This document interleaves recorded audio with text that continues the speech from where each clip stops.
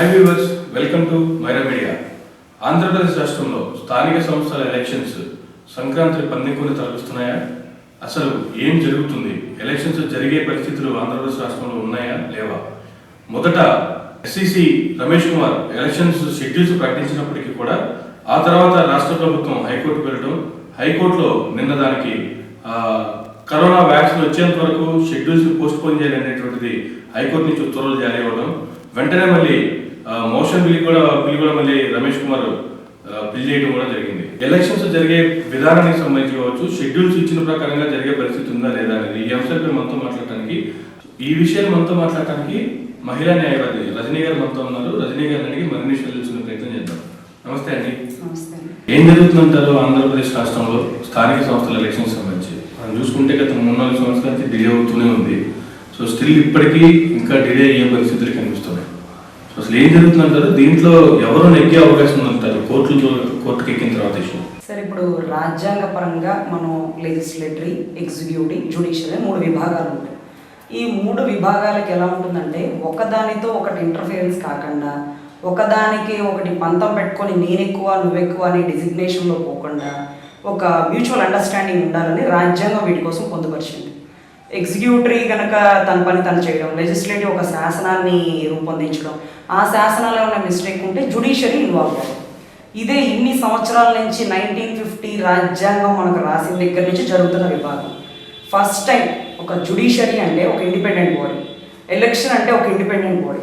Independent బాడీని ఒక legislative ఇంతవరకు ఎప్పుడు క్వశ్చన్ చేసింది లేదు. ఒకవేళ గతంలో మీరు చూసుకుని ఉంటే 1975 ఎమర్జెన్సీ విషయంలో ఇందిరాగాంధీ గారు కూడా ఇలాగే క్వశ్చన్ చేశారు. సేమ్ ఎలక్షన్ కోసం చేశారు. అప్పుడు ఇందిరాగాంధీ వర్సెస్ రాజ్నారాయణ అనేసి ఒక ల్యాండ్ మార్క్ జడ్జ్మెంట్ ఫ్రేమ్ అయ్యింది. అది 1975 ఎమర్జెన్సీ టైంలో. అప్పుడు ఏం జరిగిందంటే ఎలక్షన్స్లో ఆవిడ గవర్నమెంట్ ఎంప్లాయీస్ని యూజ్ చేసిందని, ఆ ఎలక్షన్ బాయ్కాట్ చేయాలని, ఆవిడ మిస్కండక్ట్గా చేసి ఎలక్షన్లో గెలిచిందని రాజ్నారాయణ గారు కేసు ఫైల్ చేశారు. అప్పుడు మీరు చూడండి, ఆవిడ ఒక ప్రైమ్ మినిస్టర్ హోదాలో ఉన్న మనిషి. అప్పుడు అవతల జ్యుడిషియరీ బాడీ నిలబడింది. సో రాజ్నారాయణ గారు కేసు వేశారు. అవతల వైపు సీఎం ఉన్నారా, పిఎం ఉన్నారా అనేది సెకండ్. అది అక్కడ ఎవరు ఇండిపెండెంట్ బాడీ అయిన జ్యుడిషియరీ నిలబడి ఉంది. సో అక్కడ ఎవరు ఫెయిల్ అయ్యారు? ఇందిరాగాంధీ గారు ఫెయిల్ అయ్యారు. ఎలక్షన్లో హై మెజారిటీ వచ్చిన ఇందిరాగాంధీ గారు ఫెయిల్ అయిపోయారు. సో ఎలక్షన్స్ రద్దు అయిపోయాయి. ఆవిడకి మెజారిటీ ఇవ్వలేదనో, లేకపోతే ఆవిడ ఒక పిఎంగా ఉన్న పార్లమెంట్లో ఎటువంటి శాసనాలు చేసే అధికారం లేదనో అప్పుడు కొన్ని మెయిన్ ఫ్రేమింగ్ రూల్స్ అనేది పెట్టారు. సో ఆ రూల్స్ అనేది పెట్టాక నేను పిఎంగా ఉన్నా ఒకటే లేకపోయినా ఒకటే అని అటువంటి టైంలో జ్యుడిషియరీతో ఫైట్ చేయలేక జ్యుడిషియరీ ఇచ్చిన జడ్జిమెంట్కి డిపెండ్ అయ్యి తల ఒగ్గి ఆవిడ ఏం చేసిందంటే ఎమర్జెన్సీ డిక్లేర్ చేసింది. ఎమర్జెన్సీ డిక్లేర్ చేసిందంటే మీరు ఆలోచించండి, జ్యుడిషియరీ ముందు ఆవిడ ఓడిపోయినట్టేగా. సో అక్కడ నిలబడింది ఎవరు? జ్యుడిషియరీగా. అంటే ఒక రాజ్యాంగంలో రాజ్యాంగబద్ధంగా పరిపాలిస్తానన్న సీఎం గారు అయినప్పటికీ, గౌరవనీయులైన పిఎం గారు అయినప్పటికీ రాజ్యాంగ విరుద్ధంగా పోతే రాజ్యాంగం ప్రకారం ప్రతి ఒక్కడు సమానుడే, రైట్ టు ఈక్వాలిటీ. అంటే ఇప్పుడు మనం ఇక్కడ ఈ ఇష్యూకి సంబంధించి చూసుకుంటే, ఇప్పుడు ఎలక్షన్ కమిషన్ రాజ్యాంగానికి విరుద్ధంగా పోతుందంటారా, రాష్ట్ర ప్రభుత్వం రాజ్యాంగానికి విరుద్ధంగా పోతుందంటారా? సరే, ఇండిపెండెంట్ బాడీ అంటే not only the judicial, election body కూడా ఇండిపెండెంట్ బాడీ.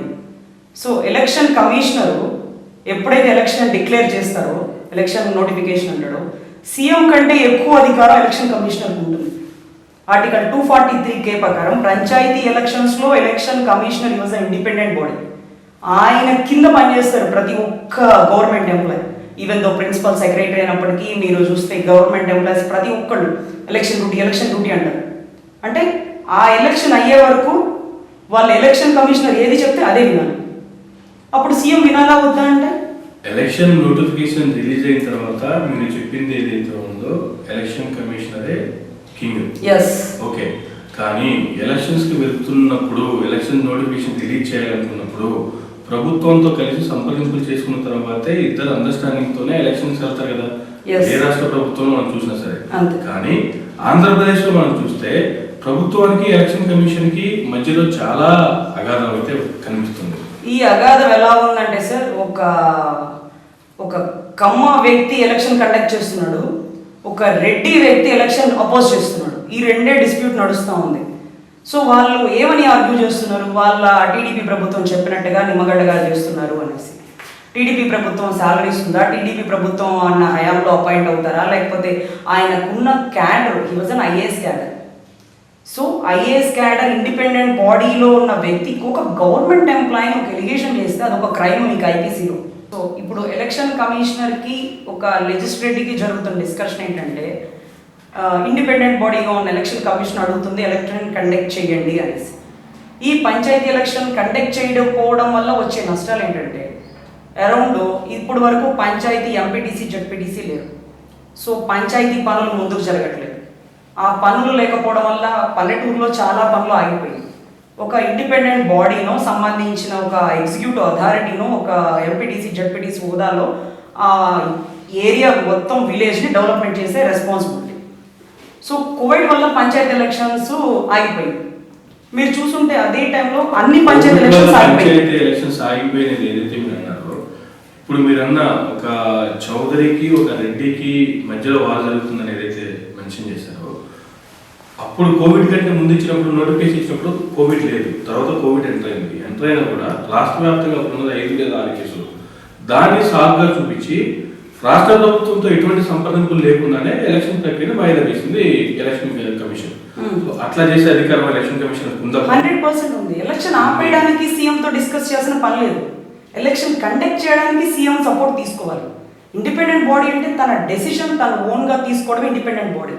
కానీ ఆ ఇండిపెండెంట్ బాడీ పని చేయాలి అంటే సపోర్ట్. రెండు వర్గాల మధ్య వార్ నడుస్తుంది అనుకున్నప్పుడు అప్పుడు ప్రభుత్వం సపోర్ట్ చేసింది, కమిషన్ సపోర్ట్ చేసింది, ఇద్దరు కలిసి కదా ఎలక్షన్ వెళ్ళారు. స్థానిక ఎలక్షన్స్ కి నోటిఫికేషన్ జారీ చేశారు. ఆ తర్వాత ఏదైతే ఉందో రద్దు చేస్తున్నప్పుడు ప్రభుత్వంతో సంప్రదింపులు లేకుండానే డైరెక్ట్ గా రద్దు చేశారు. అసలు అలా సంప్రదింపులు చేయాల్సిన అవసరం లేదు సార్, ఆ నెసెసిటీ లేదు, అలా చేయకూడదు కూడా. వై బికాజ్ ఇండిపెండెంట్ బాడీ అంటే అక్కడ మీరు అర్థం చేసుకోండి, ఒక ఇండిపెండెంట్ వ్యక్తి నా డెసిషన్ ఓన్గా తీసుకోవాలి. ఒక సీఎం ఏదైనా డెసిషన్ తీసుకోవాలంటే అందరు మినిస్టర్స్ని కూర్చోబెట్టి మీటింగ్ అరేంజ్ చేసి తీసుకుంటారేమో. ఒక పీఎం ఒక డెసిషన్ తీసుకోవాలంటే సీఎంని అడుగుతారా? అడగరు కదా. సో ఇక్కడ కూడా సేమ్ అంతే. ఒక ఎలక్షన్ కమిషనర్ ఒక డెసిషన్ తీసుకోవాలంటే ఈ వాజ్ ఇండిపెండెంట్ బాడీ, ఆయన అడగాల్సిన పని లేదు. కానీ ఆయన ఎవరిని సంప్రదించారు? మీరు అక్కడ రూల్స్ చూడండి, ఫ్రేమింగ్ రూల్స్. ఆరోగ్య శాఖ మంత్రితో సహకరించారు. ఏది ఆరోగ్య వ్యవస్థ ఎట్లా ఉంది అనేసి. తర్వాత ఇంకెవరితో సంప్రదించారంటే అప్పట్లో ఒక పర్టికులర్ స్టేట్స్ అనమాట, కొన్ని స్టేట్స్ గోవా స్టేట్స్, ఇంకొక 2-3 స్టేట్స్ సేమ్ పంచాయతీ ఎలక్షన్స్ జరుగుతున్నాయి. మరి మీ స్టేట్లో పంచాయతీ ఎలక్షన్స్ ఆపుతున్నారా లేదా అనేది వాళ్ళతో డిస్కస్ చేశారు. అంటే ఇతను ఎవరితో డిస్కస్ చేయాలో వాళ్ళతో చేశారు. ఎవరితో చేయకూడదు? సీఎంతో చేయకూడదు. అంటే సీఎంకి చెప్పాల్సిన అవసరం లేదు, నెసెసిటీ లేదు. సో అక్కడ ఆరోగ్య శాఖ మంత్రితో సంప్రదించారు, పక్క రాష్ట్రపు ఎలక్షన్ కమిషనర్తో సంప్రదించారు. అది అతని ఫ్రేమ్ రూల్స్, అతని రూల్స్ అండ్ రెగ్యులేషన్తో అతని పవర్స్. సో అప్పుడు ఇతన్ని సంప్రదించకుండా ఎలక్షన్ ఆపారు. డ్యూరింగ్ ఆ టైంలో కోవిడ్ బాగా విస్తరించే టైంలో అవగాహన అనేది కంపల్సరీ. మీరు ఎంపీటీసీ జడ్పీటీసీ నామినేషన్స్ పడిన తర్వాత నామినేషన్స్ చాలా మంది వేస్తారు, ఎంపీటీసీ నామినేషన్ వేస్తారు, జడ్పీటీసీ ఒకటే ఆగింది అప్పట్లో. ఎంపీటీసీ నామినేషన్ వేసినప్పుడు జనాలు రద్దీగా అంతా ఉన్నారు. ఒక్కళ్ళకి మాస్క్ లేదు, ఒక్కళ్ళకి కోవిడ్ అవగాహన లేదు. ఈ టైంలో పూర్తిగా అవగాహన ఇచ్చాక ఎలక్షన్ కండక్ట్ చేయాలని ఉద్దేశంతో ఆపారు. ఇచ్చేటప్పుడు అసలు కోవిడ్ అనేది లేదు కదా. ఎలక్షన్ కమిషన్ నోటిఫికేషన్ రిలీజ్ చేసిన తర్వాత స్టేట్ లో కూడా కొద్దిగా కేసులు అయితే 5, 6, 7 మేబీ సింగిల్ డిజిట్స్ లోనే కేసులు ఉన్నాయి. సింగిల్ డిజిట్స్ లో ఉన్నటువంటి కేసులు ఉన్నప్పుడే ఆయన వన్ సైడ్ గా డెసిషన్ తీసుకునే రైట్ ఆయన ఉండొచ్చు, బట్ తీసేసుకున్నారు. ఆయన రైట్ కాబట్టి ఆయన తీసుకున్నారు, ఆపేశారు. కానీ ఇప్పుడు కూడా సేమ్ అంతకంటే డబుల్ త్రిబుల్ అంతకంటే ఎక్కువ డిజిట్స్ లో అయితే ఉన్నాయి కదా. అప్పుడు సింగిల్ డిజిట్స్ లో ఉన్నాయి, ఇప్పుడు త్రిబుల్ డిజిట్స్ లో ఉన్నాయి కదా. మరి ఇప్పుడు ఎలా చేస్తానని చెప్పి మళ్ళీ ఏకపక్షంగా ఎట్లా నేను ఇస్తాను కాబట్టి నేనే పెద్ద నేనే నోటిఫికేషన్ రిలీజ్ చేస్తాను ఎట్లా అవుతుందంటారు? అవగాహన అనేది కంపల్సరీ సార్. అప్పట్లో కోవిడ్ గురించి అవగాహన లేదు. మాస్క్ వేసుకోవాలని కానీ, శానిటైజ్ చేసుకోవాలని కానీ, మంచి ప్రోటీన్ ఫుడ్ తినాలని కానీ అప్పుడు ఉన్న వాళ్ళకి అవగాహన లేదు. ఆ టైంలో ఆపేసి ఎలక్షన్ పూర్తి అవగాహన ఇచ్చి ఆ టైంలో ఎక్కడ వాళ్ళు అక్కడ పూర్తిగా నిర్బంధించి, మీకు చూసున్నారు కదా ఎంత గొప్పగా 144 సెక్షన్ పెట్టినట్టుగా ఇంట్లోంచి ఏ వ్యక్తి బయటికి రానట్టుగా, ఒక రాష్ట్రం నుంచి ఇంకో రాష్ట్రం పోకూడదు, ఒక ఊరు నుంచి ఇంకొక ఊరు పోకూడదు, హై కర్ఫ్యూ అలర్ట్ చేశారు. ఆ టైంలో పూర్తిగా అవగాహన ఉండబట్టి ఈరోజు మీరు చూస్తున్నారు రోడ్డు మీద ఎంత హెవీ ట్రాఫిక్ ఉందో. స్కూల్స్ ఓపెన్ చేశారు, అన్ని గవర్నమెంట్ ఆఫీసెస్ రన్ అవుతున్నాయి, కాలేజెస్ ఓపెన్ చేశారు, మళ్ళీ అన్ని ఎగ్జామ్స్ కండక్ట్ అవుతున్నాయి. సో ఇప్పుడు ఎందుకు చేస్తున్నారంటే అవగాహన పూర్తిగా వచ్చింది. అప్పట్లో కలరా, డెంగ్యూ, మలేరియా ఇవన్నీ వచ్చినప్పుడు కూడా ప్రాణాంతక రోగాలని ఊరంతా బెంబేలెత్తి భయపడిపోతున్న టైం. కానీ వ్యాక్సిన్ వచ్చింది, అవగాహన ఉంది. వాటర్ వల్ల వచ్చే రోగాలేంటి, గాలి వల్ల వచ్చే రోగాలేంటి, దోమల వల్ల వచ్చే రోగాలేంటి అనేది పూర్తిగా అవగాహన చేసుకుని వాటి దగ్గరగా ప్రికాషన్స్ తీసుకున్నారు. కరెక్ట్గా మీరు చెప్తున్న టైము పూర్తిగా అవగాహన లేదు.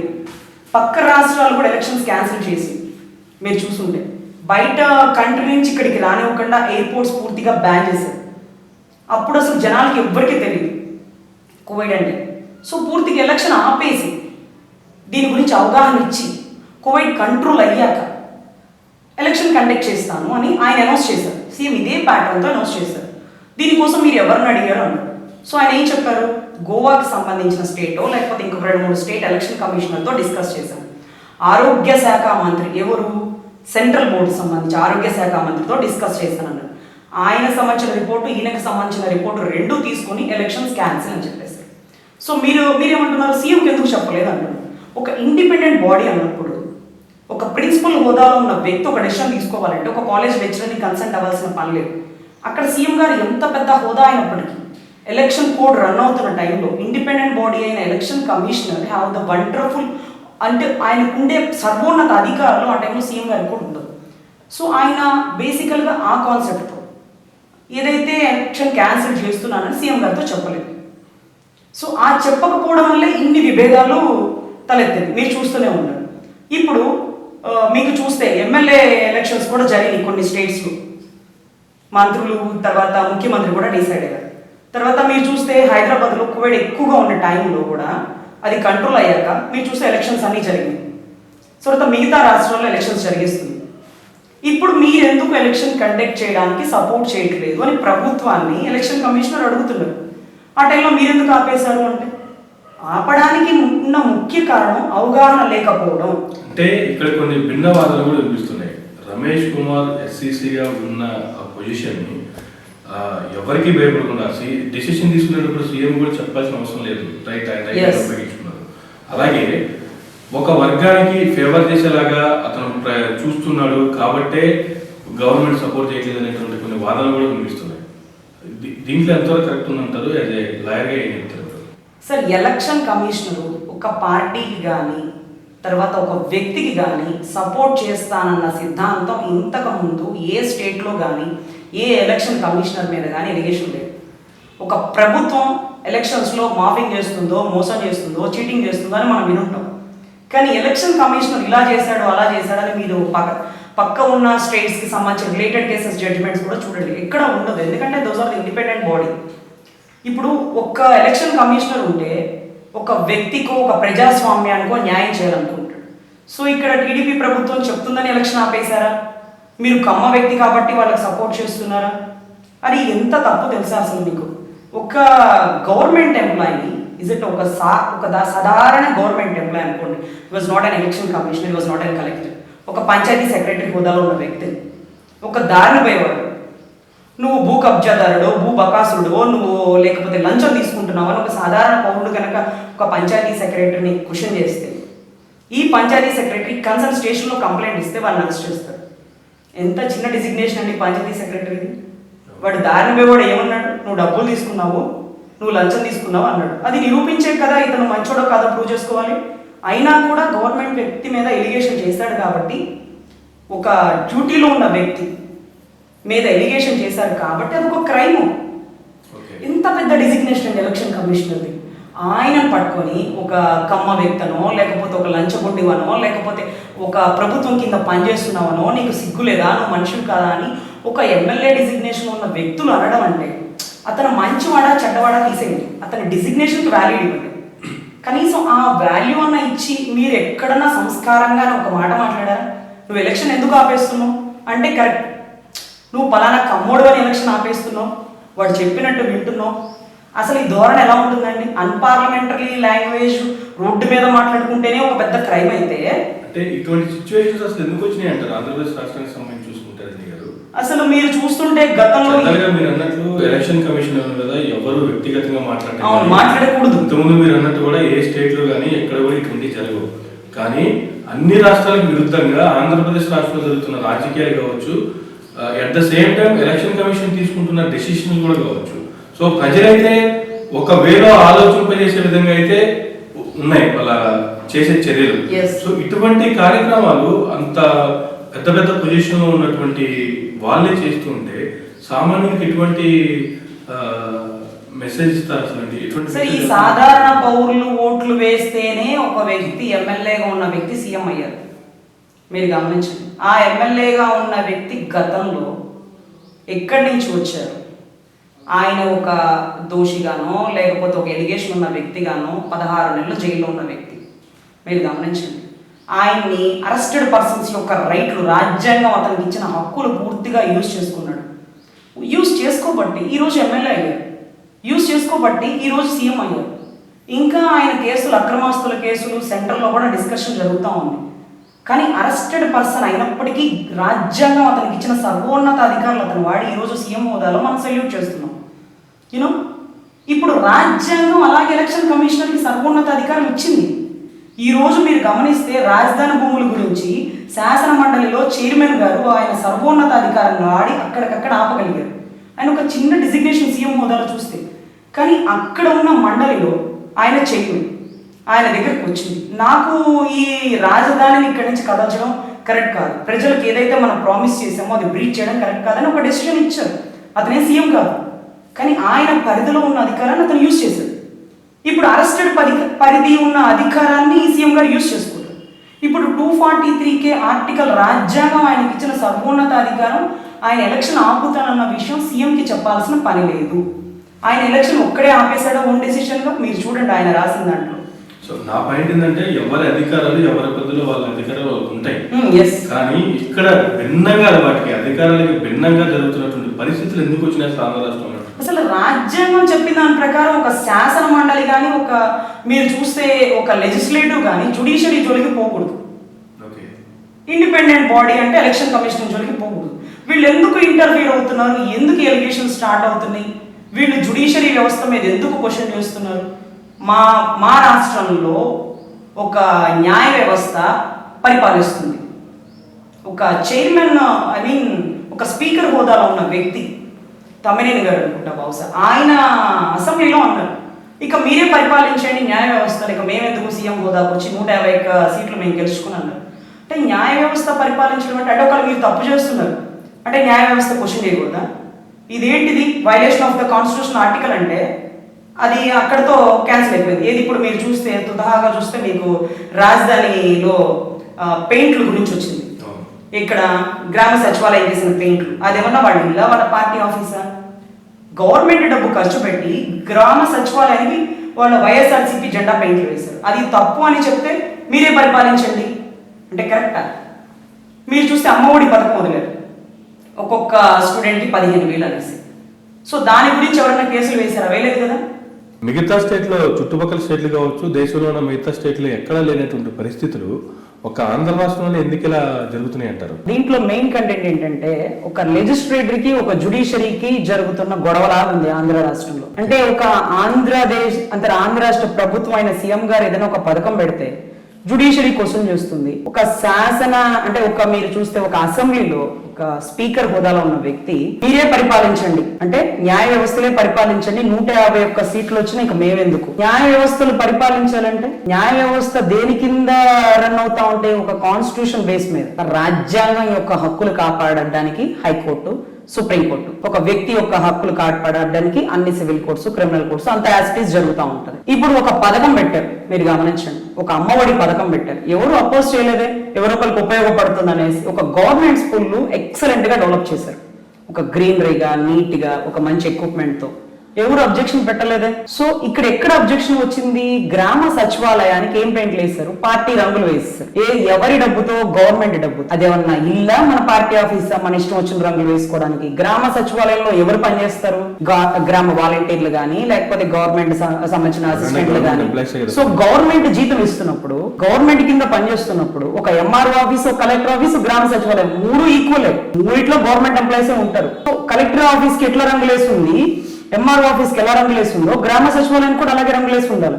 పార్టీ రంగులు ఎందుకు వేస్తారు? అంటే మీరు పదవిలో వచ్చినప్పుడు ఇచ్చిన పోస్టులు, కానీ మీరు జీతాలు ఇవ్వట్లేదు. సో అది కరెక్ట్ కాదు అని న్యాయ వ్యవస్థ అపోజ్ చేసింది. సో ఆ పెయింట్లకి ఏమైనా ఖర్చులు కట్టమనిందో లేకపోతే ఆ పెయింట్లు ఇమీడియట్ గా తీసేయమనింది. అది తప్ప కాదు కదా. సో ఇప్పుడు జరుగుతున్న పరిస్థితిని ఎలా చూడాలంటారు? ఎలక్షన్ కమిషన్ మీద రాష్ట్ర ప్రభుత్వం ఇప్పుడు మేము సిద్ధంగా లేము అనేటువంటిది నిన్న కోర్టుకు వెళ్ళినప్పుడు కోర్టు అయితే గవర్నమెంట్కి అనుకూలంగా ఒక తీర్పు ఇచ్చింది. వ్యాక్సిన్ వచ్చేంత వరకు వెయిట్ చేయండి, నోటిఫికేషన్ రద్దు చేయండి లేదా పోస్ట్ పోన్ చేయండి అనేటువంటి ఒక తీర్పు అయితే కోర్టు నుంచి రావడం జరిగింది. దాని తర్వాత మళ్ళీ ఎలక్షన్ కమిషన్ కూడా ఒక మోషన్ దాఖలు చేయడం జరిగింది. సో ఇప్పుడు అసలు ఏం జరగబోతుందంటారు? ఎలక్షన్ జరిగే అవకాశాలు ఉన్నాయా లేదా వ్యాక్సిన్ వచ్చేంత వరకు, కరోనా మాయమైపోయేంత వరకు మళ్ళీ రద్దు అయ్యే పరిస్థితులు ఉన్నాయంటారు? ఇప్పుడు సపోజ్ మీరే ప్రభుత్వం, నేనే జ్యుడిషియరీ, మీరు ఎలా నన్ను అడిగారు ఎలక్షన్ కండక్ట్ చేయడానికి ఇప్పుడు వ్యాక్సిన్ కావాలని, నేను వ్యాక్సిన్ రాకపోయినా మీకు కేర్ఫుల్ గా ఎలక్షన్స్ కండక్ట్ చేపిస్తానని ఆయన చెప్తున్నారు. ఇలా మాట్లాడుకునే ధోరణి జరుగుతుందా? లేదు కదా. ఒక ఎమ్మెల్యే ఏం క్వశ్చన్ చేస్తున్నాడు? ఒక నిమ్మగడ్డ అనే వ్యక్తి, ఒక కమ్మ వ్యక్తి ఎవరో చెప్తే చేస్తున్నాడు. వీడి కింద మనిషో వాడి కింద మనిషో, వీడు అట్లా వీడి ఇట్లా అని ఒక గవర్నమెంట్ ఎంప్లాయ్ మీద ఎలిగేషన్ చేస్తున్నారు. మీకేమి కావాలి? వ్యాక్సినేషన్ వచ్చే వరకు ప్రజల శ్రేయస్సు కోసం మీరు దయచేసి ఎలక్షన్స్ ఆపండి అనే ధోరణితో చెప్పుకోవాలి. ఆయన ఏం పర్లేదు, అన్ని రాష్ట్రాల ఎలక్షన్స్ జరుగుతున్నాయి, ఎమ్మెల్యే ఎలక్షన్స్ కూడా జరిగినాయి, పక్క రాష్ట్రమైన తెలంగాణలో కూడా same MPTC ZPTC elections, municipality elections జరిగినాయి. సో అదే ప్రికాషన్స్ తీసుకొని మనం కూడా కండక్ట్ చేయాలని మన ఎలక్షన్ కమిషనర్ అడుగుతున్నారు. మీరేం చెప్పాలా? ప్రజల శ్రేయస్సు కోసం వ్యాక్సినేషన్ అని చెప్పాలి. వాళ్ళు ఏ ధోరణితో చెప్తున్నారు? ఎవరో చెప్తే చేస్తున్నారు. అతనికి అది అవసరమా? అసలు ఎంత అన్పార్లమెంటరీ లాంగ్వేజ్ తో ఒక గవర్నమెంట్ ఎంప్లాయర్, ఇండిపెండెంట్ బాడీలో ఉన్న వ్యక్తిని వాళ్ళు మాట్లాడుతున్నారంటే, ఒక గవర్నమెంట్ ఎంప్లాయ్ మీద ఎలిగేషన్ చేస్తే ఒక క్రైమ్ ఇన్ ఐపీసీ. మరి అంత గొప్ప వ్యక్తి మీద ఎలిగేషన్ ఎంత దారుణంగా ఒక క్యాస్ట్ బేస్ మీద చేస్తున్నారు. అదే ఒక ఎస్సీ వ్యక్తిని ఒక క్యాస్ట్ బేస్ మీద చేసి ఒక మాట అంటే అది ఎంత పెద్ద క్రైమ్. ఇతను కూడా ఒక వ్యక్తి, ఒక క్యాస్ట్ మీద బేస్ చేసి అతను తిరుగుతున్నారు. ఇది మరి క్రైమ్ కదా? సో మీరు ఆలోచించండి. అడిగే ధోరణి, చెప్పే విధానం బట్టి ఉంటది. ఆయన ఆ రోజు ఆపడానికి కారణం ఏంటి? గోవాలో ఎలక్షన్స్ ఆగిపోయినాయి, ఆరోగ్య శాఖ మంత్రితో ఆపేసి ఎలక్షన్స్ ఆపేశాను, మనకి ఇక్కడ కోవిడ్ మీద అవగాహన లేదు కాబట్టి ఆపాను. సో పూర్తిగా అవగాహన వచ్చాక కోవిడ్ కంట్రోల్ అవుతున్న టైంలో ఎలక్షన్ కండక్ట్ అవ్వాలి అన్నారు.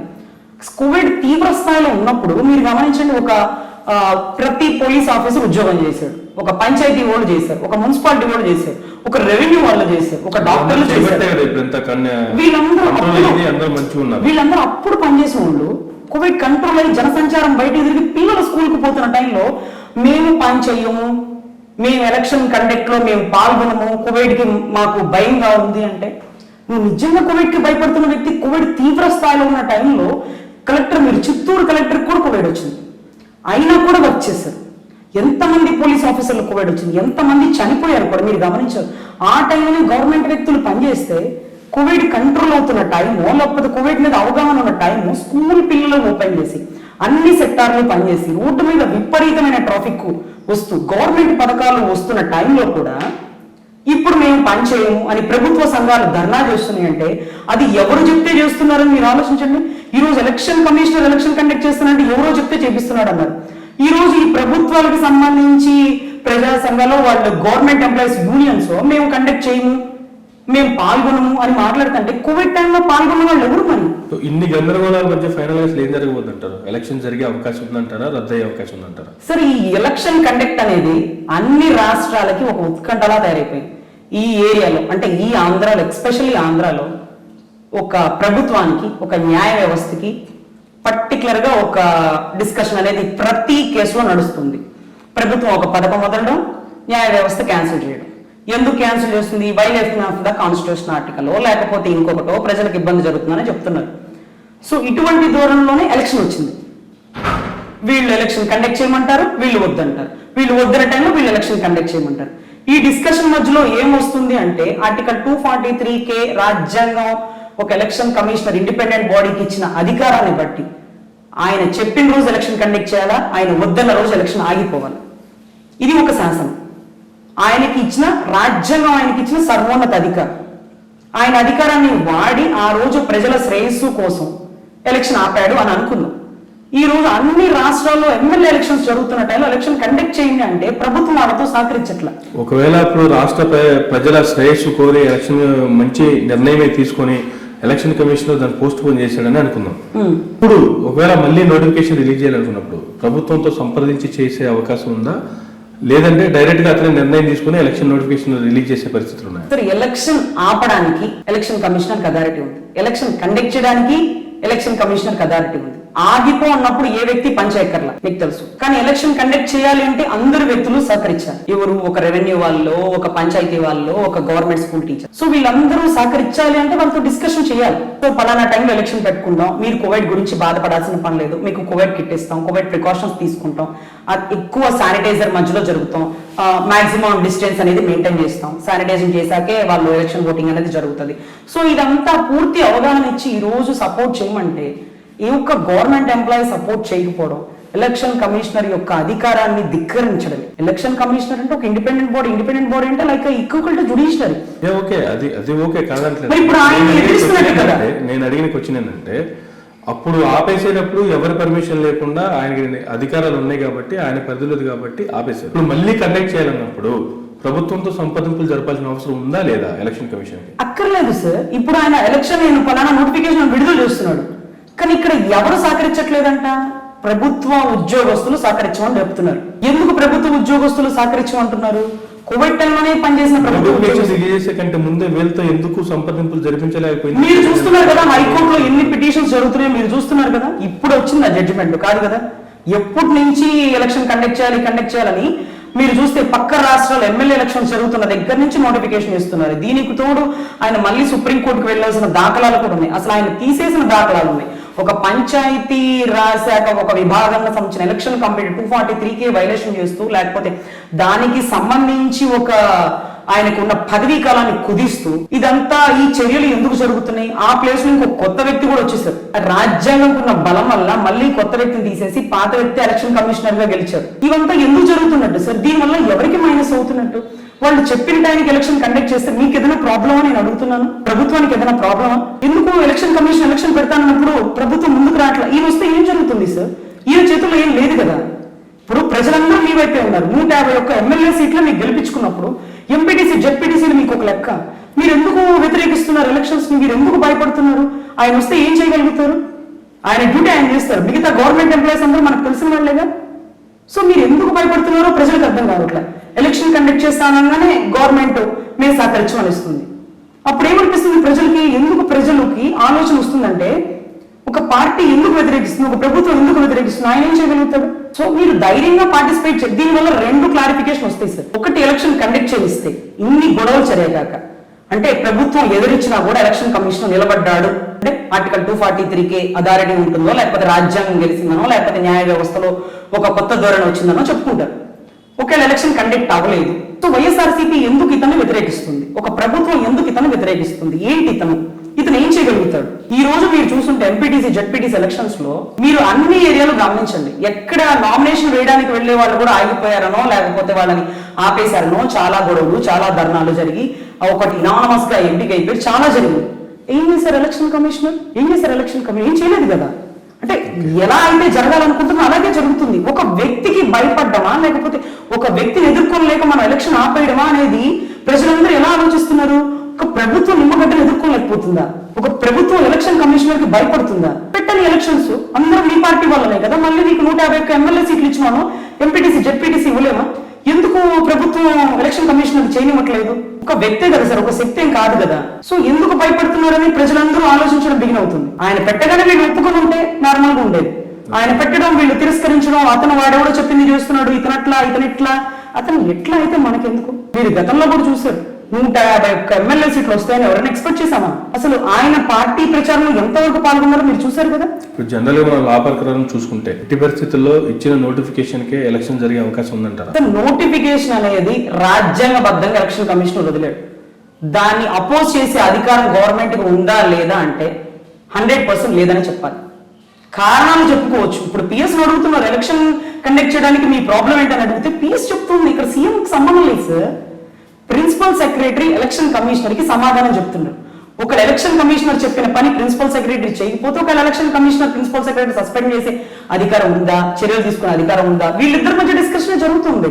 మీరు గమనిస్తే సీఎం దగ్గర ఎవరు భేటీ కూర్చోలే, ఏ ఒక్క ఎమ్మెల్యేలతో మాట్లాడాల్సిన పనిలా. మీరు గతంలో కూడా నిమ్మగడ్డ గారు విజయవాడలో ఒక సభ కండక్ట్ చేశారు.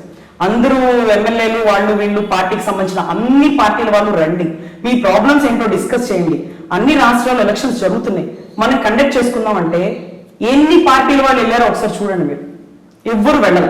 సో అందరితో సహకరించారు కదా, ఎవరు కోఆపరేట్ చేయట్లా. అంటే అంటే ఈయన వెళ్ళిపోయాక ఎలక్షన్స్ కండక్ట్ చేస్తారా? అంటే ఈయన ఉంటే మీ ప్రాబ్లం ఏంటి? అసలు ఈయన ఏం చేయగలుగుతారు? ఒక ఎలక్షన్ కమిషనర్ ఏం చేయగలుగుతారు? ఎలక్షన్ కండక్ట్ చేస్తారు, మీరు చేసేది మీరు చేసుకోండి, మీకుండే అధికారం మీకుంది, మీకుండే పలుకుబడి మీకుంది, మీకుండే జనం మీకున్నారు, 150 ఎమ్మెల్యే సీట్లు ఎలా ఇచ్చుకుంటారు, ఇప్పుడు కూడా అలాగే గెలిపించుకుంటారు. ఒక ఎలక్షన్ కమిషనర్ కి భయపడో లేకపోతే ఎలక్షన్ కమిషనర్ ఎదుర్కోలేకో ఎలక్షన్ ఆపేస్తాము అంటే ప్రజలకు ఒక ఒక సిగ్నల్ వస్తుంది ఏంటంటే ప్రభుత్వం ఒక నిమ్మగడ్డ ఎలక్షన్ కమిషనర్ కి భయపడుతున్నాడా అనేసి. మీరు గమనించిన ఆయన పెట్టడం వీళ్ళు వద్దండి, ఆయన పెట్టడం వీళ్ళు వద్దండం. కొత్తగా ఇంకొక ఆయన వస్తారు రేపు ఈయన తర్వాత, అప్పుడు ఎలక్షన్ కండక్ట్ చేస్తారు. అప్పుడు ఏం జరుగుతుంది? ఒకవేళ ఈయన కండక్ట్ చేస్తే ఏం జరుగుతుంది అనేది ఎవరికి అర్థం కావట్లేదు. ఎవరు కండక్ట్ చేసినా ఫైనల్ గా ఓట్లేయాల్సింది ప్రజలే కదా. ఓట్లేయాల్సింది ప్రజలే కదా. ఇప్పుడు మీరు మంచి మంచి పథకాలు వదిలేరు. ఒక సచివాలయం పెయింట్ల గురించి డిస్కషన్ జరిగింది. కంపల్సరీ ఇంగ్లీష్ మీడియం అంటే ఎవరు ఒప్పుకుంటారు సార్? ఇప్పుడు మేము అందరం తెలుగు మీడియం నుంచి వచ్చిన వాళ్ళం సార్. ఢిల్లీకి వెళ్ళి సుప్రీంకోర్టు ఆర్గ్యుమెంట్స్ లో ఇంగ్లీష్ లో మాట్లాడగలుగుతాం. కానీ కంపల్సరీ చిన్నప్పటి నుంచి ఇంగ్లీష్ మీడియం అంటే మాకు ఇంకా ఫ్లూయెన్స్ వచ్చి ఉండేది. కానీ అప్పుడు మాకు నేర్చుకునే అంత శక్తి ఉంటుందో ఉండదో మేము చెప్పలేము. ఇప్పుడు పిల్లలు మీరు చూస్తుంటే అందరూ ఇంగ్లీష్ మీడియం చదివిస్తుంది. కానీ ఇంగ్లీష్ మీడియం చదివించాలంటే ఒప్పుకోం. ఇప్పుడు మాతృభాష తెలుగు కూడా ఉంటుంది కదా. సో 5వ క్లాస్ తర్వాత నుంచి వాడు తెలుగు అంటే వాడు అన్ని రకాలుగా అవగాహన ఉంటాడు. అందుకని సెంట్రల్ కావాలని చెప్తున్నారు, ఒక నుంచి అది వద్దని చెప్తున్నారు. అంటే ఇష్టం మీద మీరే చెప్తున్నారు సార్, ఎవరి ఇష్టం మీద ఆధారపడి ఉంటుంది సార్. నేను నా పిల్లలు ఇంగ్లీష్ మీడియం వేసుకున్నాను, నేను చదివింది తెలుగు మీడియం. ఇప్పుడు మన డిబేట్ మళ్ళీ డిబేట్ అయిపోతుంది. చెప్పండి. ఇంగ్లీష్ మీడియం తెలుగు మీడియం గురించి తర్వాత మాట్లాడుకుందాం. ఫైనల్ గా ఎలక్షన్ జరిగే అవకాశం ఉందంటారా లేదంటారా? సార్ ఎలక్షన్ అయితే జరుగుతుంది, బట్ ఆయన ఉన్నప్పుడు జరుగుతుందా, ఆయన రిటైర్మెంట్ అయ్యాక జరుగుతుందా, ఈలోపు ప్రభుత్వం ఆయన్ని ఎదుర్కోవడానికి సిద్ధమైతే ఆయన ఉన్నప్పుడు ఎలక్షన్ కండక్ట్ చేస్తుంది. ప్రభుత్వం ఆయన్ని ఎదుర్కోలేకపోతే ఆయన రిటైర్ అయ్యాక ఎలక్షన్ కండక్ట్ చేస్తుంది. ఆయన ఏం చేయగలుగుతాడు అనేది ఎలక్షన్స్ ఆపేయడాన్ని బట్టే ఉంటుంది. ఆయనకి భయపడి ఎలక్షన్స్ ఆపేస్తున్నారా, అది వాళ్ళ మానసిక విజ్ఞతకు వదిలేయాలి. సో ఇప్పుడు జరగబోయేది ఏంటంటే, ఒకవేళ గవర్నమెంట్ గనక సపోర్ట్ చేసి ఎలక్షన్ కండక్ట్ చేస్తే నిమ్మగడ్డ గారి ఆధ్వర్యంలో ఎలక్షన్ జరుగుతుంది. ఒకవేళ గవర్నమెంట్ గనక నిమ్మగడ్డ గారికి భయపడినా ఆయన్ని ఎదుర్కోలేకపోయినా ఎలక్షన్ ఆగిపోతుంది. ఆయన రిటైర్మెంట్ అయ్యాక ఎవరో కొత్త వ్యక్తి, తగ్గ వ్యక్తి, అనుకూల వ్యక్తి అన్నీ వచ్చాక ఎలక్షన్ జరగచ్చు. ఇదే విషయం నన్ను అడిగిన నేను కూడా ఇదే చెప్తా. కానీ మీరు అది చెప్తానికి కాదు కదా, ఇప్పుడు ఇచ్చిన నోటిఫికేషన్కి కోర్టులో జరుగుతున్న వాదనలకి రిలేటెడ్గా ఇదే నోటిఫికేషన్ ప్రకారం ఇదే షెడ్యూల్ ప్రకారం ఎలక్షన్ జరిగే అవకాశం ఉందా, లేదంటే కోర్టులు మార్చి మళ్ళీ నెక్స్ట్ జరిపించే అవకాశాలు ఉన్నాయా? సింపుల్ గా ఒక మాట సార్. ఎలక్షన్ నోటిఫికేషన్ ఆయన అడిగిన దాని ప్రకారం ఎలక్షన్ కమిషనర్ ప్రకారం జరగాలి సార్. అది రాజ్యాంగం ఆయనకి ఇచ్చిన హక్కు. నేను ఎలక్షన్ ఆపమనగానే ఆగిపోయిందిగా. ఆయన చెప్తే ఆపేస్తారా? ఆపరుగా. ఎందుకు ఆపారు? ఆయనకు హక్కు ఉంది కాబట్టి, ఆయన అధికారం ఉంది కాబట్టి. ఈరోజు ఆయన చెప్పమనగానే ఎందుకు జరగట్లేదు అంటారు మీరు? ఆ రోజు ఆయన ఆపమనగానే ఆగిపోకుండా ఎలక్షన్ ఎందుకు కండక్ట్ చేయాలో ప్రభుత్వ అధికారాన్ని ఉపయోగించి మీరు చెప్పండి. అంటే ఆయనకు అక్కడ అధికారం ఉన్నట్టే కదా. సో ఇప్పుడు కూడా ఎలక్షన్ కండక్ట్ చేసే అధికారం ఆయనకు ఉంది. సో ఈ ఎలక్షన్ కండక్ట్ చేసే అధికారానికి ప్రభుత్వం సహకరించకపోవడం మైనస్. కానీ ప్రభుత్వం గనక సహకరించినా, లేకపోతే హైకోర్టు గనక సహకరించమని కంపల్సరీ చెప్పినా, ఒకవేళ చెప్పకపోయినా ఇక్కడి నుంచి మళ్ళీ సుప్రీంకోర్టుకి వెళ్ళినా ప్రభుత్వం ఖచ్చితంగా సహకరించండి, అన్ని రాష్ట్రాల్లో ఎలక్షన్ జరుగుతున్నాయి అంటే ఎలక్షన్ కమిషనర్ వర్డే ఫైనల్ అవుతుంది. గతంలో ఎలక్షన్ కమిషనర్ వర్డే ఫైనల్ అయ్యి ఎలక్షన్ ఆగిపోయింది. ఇప్పుడు కూడా ఎలక్షన్ కమిషనర్ వర్డే ఫైనల్ అవుతుంది, ఎందుకంటే రాజ్యాంగం ఆయనకి ఇచ్చిన అధికారం. అదే మళ్ళీ ఫైనల్ కంపల్సరీ ఎలక్షన్ జరుగుతాయి అంటారు. జరగాలి. Thank you ma'am. ఇదండి ఆంధ్రప్రదేశ్లో జరుగుతున్నటువంటి వాడి వేడి వాతావరణం. సో ఎట్టి పరిస్థితుల్లో ఎలక్షన్స్ జరిగి తీరుతాయి అనేటువంటిది మహిళా న్యాయవాది రజనీ గారు చెప్తున్నటువంటి విశ్లేషణ. ఇది ఈనాటి ఇంటర్వ్యూ. మరొక ఇంటర్వ్యూ మళ్ళీ కలుద్దాం. ధన్యవాదాలు. Please do subscribe Myra Media. Please subscribe Myra Media. Subscribe to Myra Media. Please like, share and subscribe to Myra Media for lot of film news, gossips and hot news. Please like, share and subscribe to Myra Media. For more interesting updates, please subscribe to Myra Media YouTube channel. For more updates, please subscribe to Myra Media. So like, share and subscribe to Myra Media.